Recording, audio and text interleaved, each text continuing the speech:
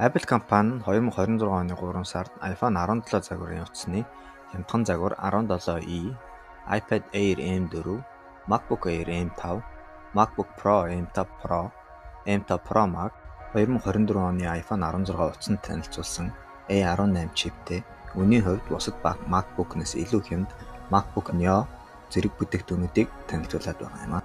Өнөөдөр та бүхэндээ iPhone 17e загварыг товчхон танилцуулъя. E загварууд нь голдуу энгийн загваруудаас техник үзүүлэлт бага байдаг ба түгээрээ дамжуулан үнийн хувьд ч хямд байдаг.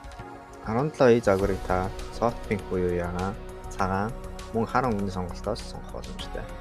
iPhone 17e нь 256 GB багтаамжтай $600, 512 GB багтаамжтай $800-оор зарагдаж ирсэн бөгөөд энгийн iPhone 17, 17 Air, мөн 17 Pro загваруудтай адил A19 чиптэй юм аа. 17 Air загвартай адил ардаа нэг ширхэг 48 мегапиксел үндсэн камертай бол селфи камера нь 17 Air-ийн 18 мегапиксел камераас 6 мегапикселээр бага байх ажээ.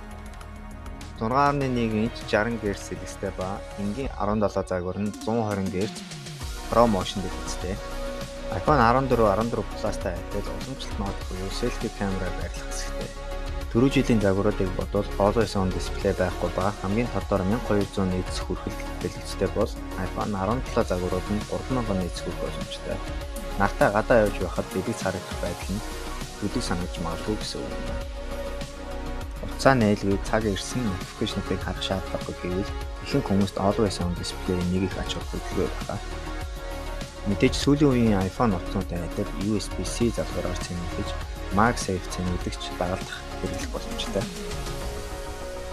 26 цаг тасралтгүй бичлэг тоглох боломжтой 20W цэнэглэгчээр 50% цэнэгийг 30 минут авах чадaltaй 4500 мАh батарейтай. Хэрэг та iPhone 17 загваруудаас дараагийн утасны сонголтоо хийх гэж байгаа боловч Pro загваруудын үн өндөр, нэмэлт камера нэг их шаардлагагүй гэвэл iPhone 17 загварыг хувийн зүгээс зөвлөж байна. Хичнээн илүү хямд байсан ч 17e загвар зүгээр 17 Air загварын том батарейтай хувилбараас өөр илүү юм огт байхгүй мэт санагдаж байгаа болохоор тэр шүү.